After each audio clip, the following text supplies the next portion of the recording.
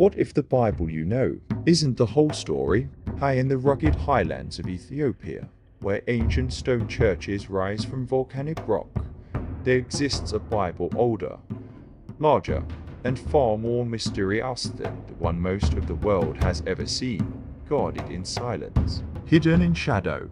For centuries, this sacred collection of texts has been preserved by monks who believe they are protecting not just scripture, but a divine inheritance.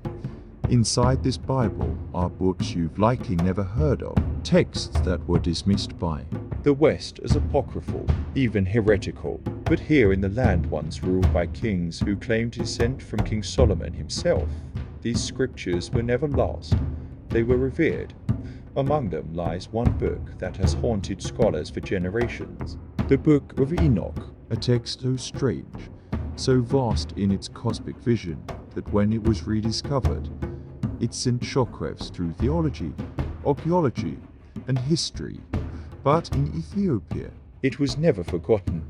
This is the story of a hidden world, a world preserved through prayer and parchment, a sacred tradition that never disappeared, and a book that dares to reveal secrets whispered by angels before the Great Flood, secrets that, if true, could change everything we thought we knew about the human past.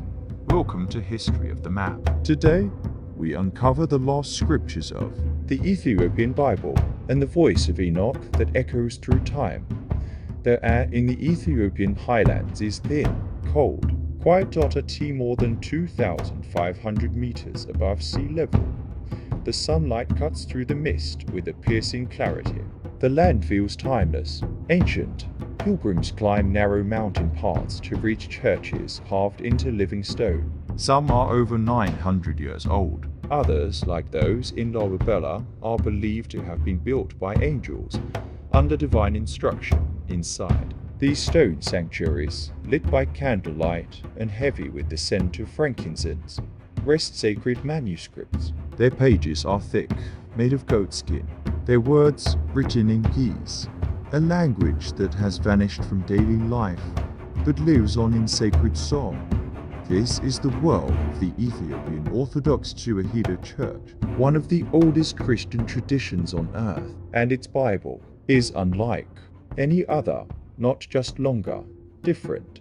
The Ethiopian Bible includes 81 books. That's 15 more than the Protestant canon. It contains Jubilees, 1st and 2nd Maccabean, and most remarkably, the full Book of Enoch, not a fragment, not a paraphrase, the complete text. But who was Enoch? In the book of Genesis, he's barely mentioned. Enoch walked with God, and he was not, for God took him. No explanation, no death, just gone. But the Book of Enoch tells another story. It claims Enoch was taken into the heavens, that he saw the secrets of creation, that angels known as the Watchers descended to earth and taught forbidden knowledge to mankind. Metallurgy, sorcery, astrology, war, these angels broke divine law. They took human wives, their children.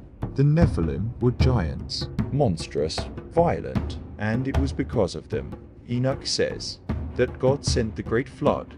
The Book of Enoch isn't a side tale, it's a cosmic drama, an ancient warning. But it vanished from the West. It was never included in the Jewish canon, and although early Christian thinkers like Tertullian and Clement of Alexandria praised it, the Book of Enoch slowly disappeared. By the 4th century, it was gone from Europe, lost to time, but not from Africa. In Ethiopia, it lived on, preserved, copied, sung. When Scottish explorer James Bruce arrived in Ethiopia in 1769, he was stunned. There, hidden in monasteries, were complete manuscripts of the Book of Enoch. He brought 3 copies back to Europe, but many scholars doubted him. They believed it a forgery, a fantasy. That doubt wouldn't fade until the mid-20th century, when fragments of Enoch were found among the Dead Sea Scrolls in Qumran, written in Aramaic, matching the Ethiopian version almost exactly. For nearly 2,000 years, the only complete copy of the Book of Enoch existed in Ge'ez, in Ethiopia. and it was nearly identical to the one read by the Essenes, by the early Jews, perhaps even by Jesus himself. What does that say about the tradition that preserved it? What does it say about what we've lost? Because the Ethiopian Bible didn't just save Enoch. It preserved a vision of the world, one rooted in ancient Jewish apocalypticism. A world filled with divine beings, cosmic battles, and heavenly secrets. A world that deeply shaped the early church, even as the Western church tried to forget it. But Ethiopia remembered, and that memory runs deeper still. The Ethiopian monarchy, which ruled until 1974, claimed descent from King Solomon and the Queen of Sheba. According to the Kebra Nagast, an ancient Ethiopian text, Sheba, known here as Makeda, traveled to Jerusalem, met Solomon, and bore his son. That son was Menelik. And legend says he returned to Ethiopia, carrying with him the Ark of the Covenant. It sounds like myth. But in Ethiopia, its history. In the city of Aksum, monks at the Church of Our Lady Mary of Zion claim to guard the Ark to this day. No one, not even the patriarch of the Ethiopian Church, is allowed to see it. Only the guardian monk, chosen as a child and never permitted to leave the grounds again. A National Geographic investigation in 2016 found no proof the Ark was there, but also no way to disprove it. The secrecy remains absolute. Still, there is more evidence of Ethiopia's ancient faith. In 2019, archaeologists unearthed a 150-year-old basilica in the ancient city of Beta Samati. Inside were Christian crosses, inscriptions in Ge'ez, and artifacts that show Christianity took root here not as a branch of Rome, but as its own early kingdom of faith, a faith that never let go of Enoch. What would Christianity look like today?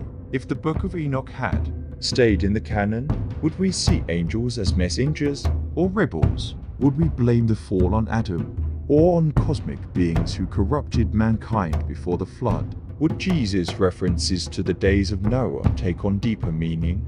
And why was Enoch removed at all? Was it discomfort, doctrine, fear of what it revealed? Because make no mistake, Enoch doesn't just challenge the Bible. It challenges the very architecture of Western theology. And yet, in the stone churches of Ethiopia, it is read without shame. In the quiet halls of Debre Libanos, in the mountaintop monasteries of Lake Tana, in whispered chant and sacred song. Not Apocrypha, not heresy. Scripture, the story of the Ethiopian Bible, is not one of loss, but of endurance. It is a mirror to the ancient world, a challenge to what we think we know, and a reminder that sometimes the most important histories are the ones hidden in plain sight. But the story isn't over. There are more books still locked away in Ethiopian monasteries. More scrolls yet untranslated. Texts like the books of the Maccabean, the Gospel of Mary, and others still sealed in silence, each one waiting to be rediscovered, each one daring us to ask, what else have we forgotten? What if the Bible isn't missing pieces? What if we are? Thanks for watching History of the Map. If this journey into Ethiopia's lost scriptures intrigued you, we'd love to hear your thoughts. Leave a comment below, like the video if it sparked your curiosity, and subscribe to explore more forgotten corners of history with us. Next time, we'll travel even deeper to uncover a manuscript that claims Jesus never died on the cross. Until then, stay curious, stay humble, and stay off the map.